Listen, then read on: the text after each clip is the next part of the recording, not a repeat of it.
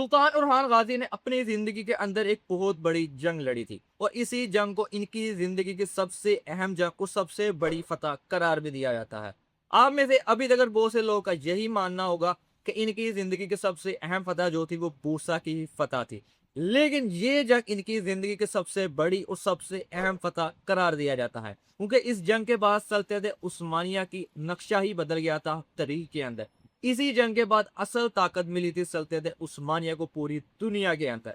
तो आज की इस वीडियो के अंदर हम इसी जंग के बारे में बात करेंगे। ये जंग कौन सी थी, ये कहाँ पे लड़ी गई और ये लड़ी क्यों गई थी और उसके अंदर सल्तनत उस्मानिया के सुल्तान उरहान को कैसे फतह हासिल हुई और इसके बाद इनको क्या कामयाबियां मिली इस जंग को फतह हो जाने के बाद।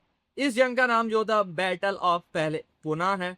होपफुली मैं इसका प्रोनाउंस सही कर रहा हूँ क्योंकि इसको प्रोनाउंस करना थोड़ा सा मुश्किल था मेरे लिए, इसलिए थोड़ा ऊपर नीचे हो जाए तो पहले से ही माजरत। जैसा कि सल्तनत उस्मानिया के सुल्तान उरहान गाजी ने 1326 के अंदर बूरसा को फतह किया था, उसके ठीक 2 साल के बाद 1328 के अंदर इन्होंने इजनी का मुहासरा कर लिया। सेम वही टेक्निक यूज की यहाँ पर भी कि इजनी शहर को पूरी दुनिया से कट ऑफ कर दिया गया कि ना ही कोई चीज अंदर आ सके शहर के, ना ही कोई चीज बाहर जा सके। जिस तरह बूरसा वालों ने अपने हथियार डाल के शहर हवाले कर दिया था, ये भी ऐसा ही करेंगे मेरे साथ। लेकिन यहाँ पर शहंशाह एंड्रियानोकस इस बात से डर चुका था कि किस तरह बूरसा पहले ही फतह हो चुका है, कहीं इज़्निक भी इनके हाथ से ना चला जाए। अगर इज़्निक इनसे हाथ से चला गया तो फिर अनातोलिया के ऊपर जो उनका ख्वाब था कि दोबारा हासिल करने का, वो कभी भी हासिल नहीं कर पाएंगे। इसलिए उन्होंने एक बहुत बड़ा लश्कर तैयार किया और उस लश्कर के अंदर हिस्ट्री के अंदर देखा जाए तकरीबन 4 से 5 हज़ार की फौज देखने को मिलती है जो कि उस लश्कर के अंदर शामिल थी। और इसकी क़यादत सुल्तान उरहान गाजी खुद कर रहे थे अपने सल्तनत उस्मानी के फौज के साथ। तो यहाँ पर शहनशाह एंद्रानोकस अपनी क़यादत खुद कर रहा था इस फौज के लिए। और ये 1329 के अंदर निकोमीडिया के इलाके के अंदर जंग लड़ी गई थी। सबसे पहले 10 जून 1329 के अंदर ये दोनों फौजें आमने सामने आती हैं। यहाँ पर सुल्तान उरहान गाजी ने बहुत ही अच्छी टेक्निक यूज की थी कि अपनी जो पहली सफ थी उसके अंदर सिर्फ तीर अंदाजों को ही रखा था।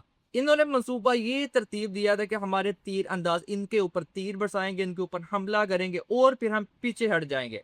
और जब इनकी फौज हमारे पीछे आएगी हम पहाड़ी इलाकों का इस्तेमाल करते हुए इनको शिकस्त दे सकेंगे।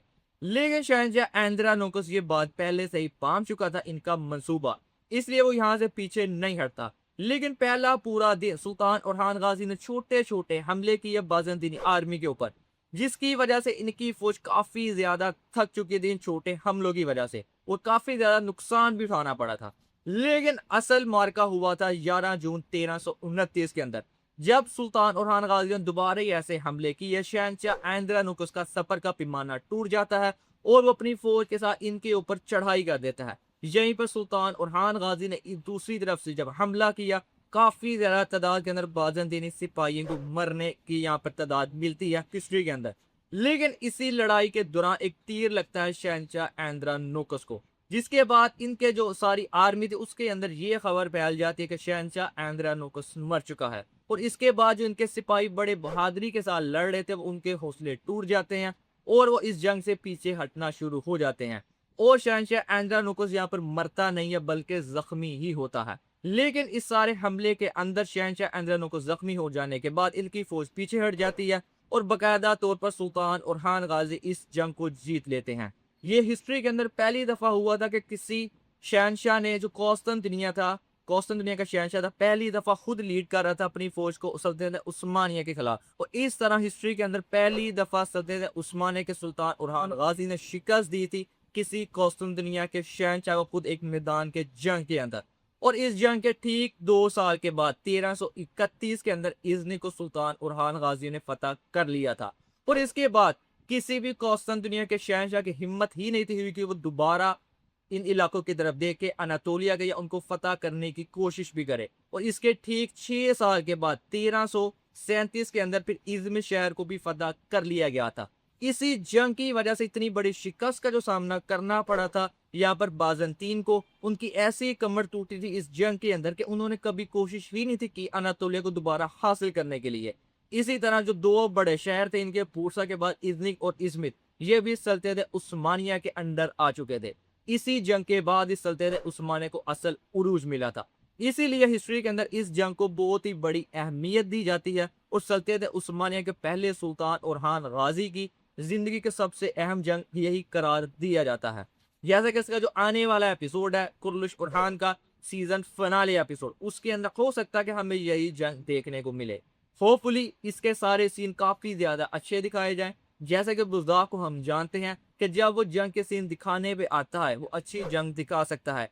कुर्लुश उस्मान सीजन 2 के पहले एपिसोड के अंदर जो जंग के सीन देखने को मिले थे वो तो हमारे सामने ही है। अगर इस तरह की जंग देखने को मिलती है, क्योंकि ये तरीक के अंदर सल्तनत उस्मानिया के लिए एक बहुत अहम और सबसे बड़ी जंग थी।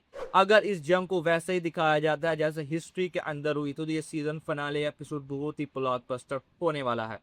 बाकी आप लोग कमेंट करके जरूर बताएं क्या आपको लगता है कि सीजन फिनाले के अंदर इस जंग को ऐसा ही दिखाया जाएगा या हमें जंग देखने को मिलेगी ही नहीं।